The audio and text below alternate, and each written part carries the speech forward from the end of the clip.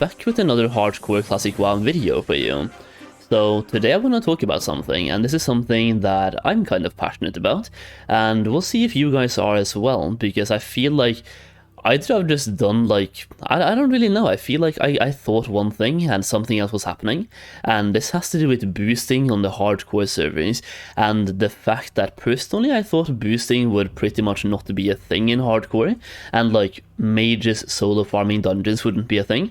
I was basically expecting either like a massive nerfing experience when a high level person was in a group compared to a low level person, or I was expecting the Season of Mastery changes to be in the game.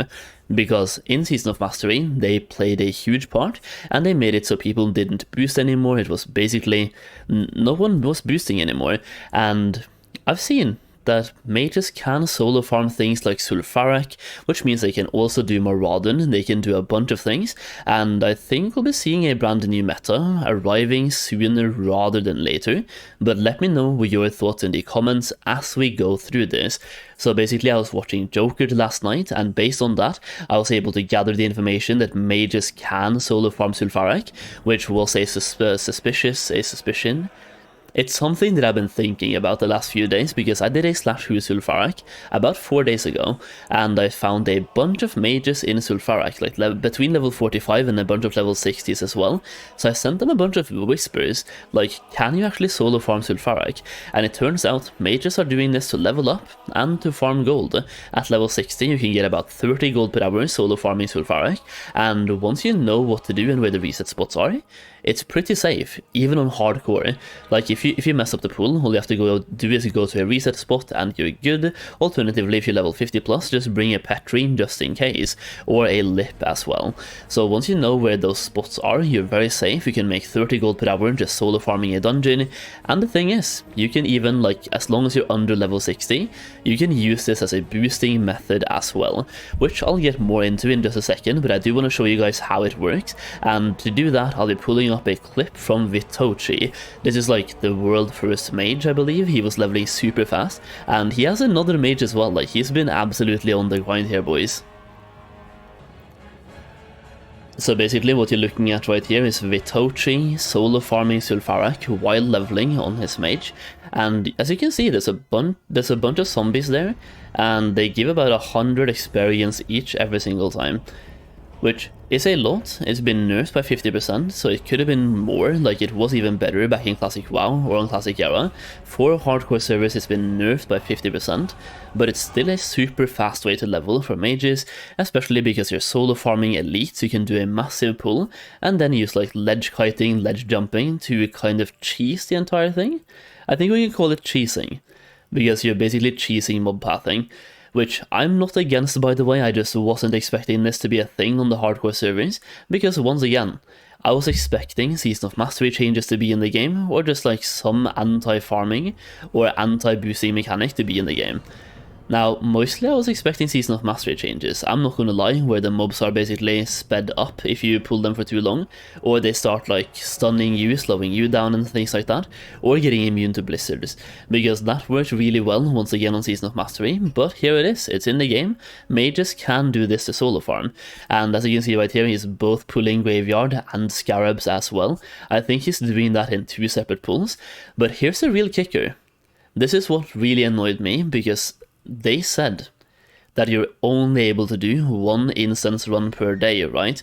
Which technically is true, but you can still reset the instance. It's just the bosses will not get reset, or you can't get loot from them or whatever, but the mobs still reset. So what these mages are doing, they're going in, solo farming what they can, they then go out, log out, or have a second account, basically just get yourself out somehow, and then reset the instance, and you can farm again. Now, I was personally thinking this was not going to work, because Blizzard once again said you would have a daily lookout on dungeons. Now, the way I interpreted that was like you could only enter the dungeon once per day, but in this case you can enter it multiple times. It's just the bosses won't be there or something, but you can still enter the dungeon itself. But you can't kill the bosses or something, but you can still kill the trash all over again. But once again, the trash have reduced experience by 50%, but you still get like a lot of loot while you're leveling, like these zombies can give you epics, and they give you greens all the time. So once again, I just feel misled. I don't know, maybe I was reading it wrong, because I was not expecting this to be a thing. And here's what I really want to talk about. I got boosted once in Dead Mines on my rogue at level, I think I was level 17, 18 or something back then, and the booster was level 40. So there was a 20 level disparity there, or more than 20, I think it was 45, so about 25 level disparity, and I got a decent amount of experience in Dead Mines. So what I'm trying to say here is that a level 50 plus mage can technically solo farm Sulfuric and try to sell it as a boost. Now, how much experience that would give, I'm not too sure, because in Dead Mines, for example, the reason I got much experience was that we killed the bosses. Bosses have the majority of the experience in the dungeon, but that brings me to my next point. In Classic WoW, I was selling Scarlet Monastery Cathedral boosts, including the boss, so I pulled basically the entire cathedral plus the boss, pulled them back and ledge kited back and forth, and if you can do that in hardcore, then you can start selling Scarlet Monastery as a boost. All you would have to do is basically be level 59 and then sell it to people that are roughly level 35, or between 35 and 40, right? Sell it as a boost, and because there's a boss in that pool, if you pull it with the boss, they will get decent amounts of loot and experience at the same time. So seeing this right here makes me kind of worried about the long-term health of hardcore classic WoW. Maybe I have no reason to be, like maybe I'm just overreacting, but once again, I wasn't expecting this to be a thing.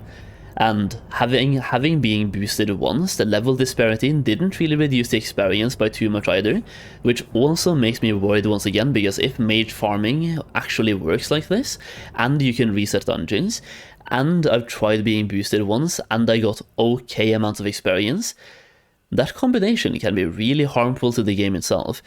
But I just wanted to highlight that and get your thoughts on it on the comments as well, because this is something I feel like deserves a video, because I've been talking about this a lot before Hardcore Classic WoW came out, and one of the reasons why I love Hardcore is that you see people in the open world. If you played Retail or even Wrath or Classic, or even when TBC came out and things, you didn't see too many people in the open world. A lot of people, even back in Classic WoW when it launched in 2019, people were doing like melee cleave dungeon runs in Scarlet Monastery, mage AoE farming, cleaving inside dungeons, basically just farming dungeons. One of the things I love about hardcore is that when I'm questing, I see a bunch of other people also questing. It just makes you realize how popular the servers are, because you see people constantly around you all the time.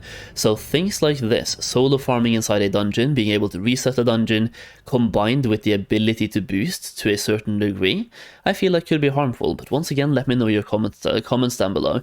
I just wanted to highlight this today, so hopefully you enjoyed the video. That's pretty much what I have for you though, just wanted to talk about this.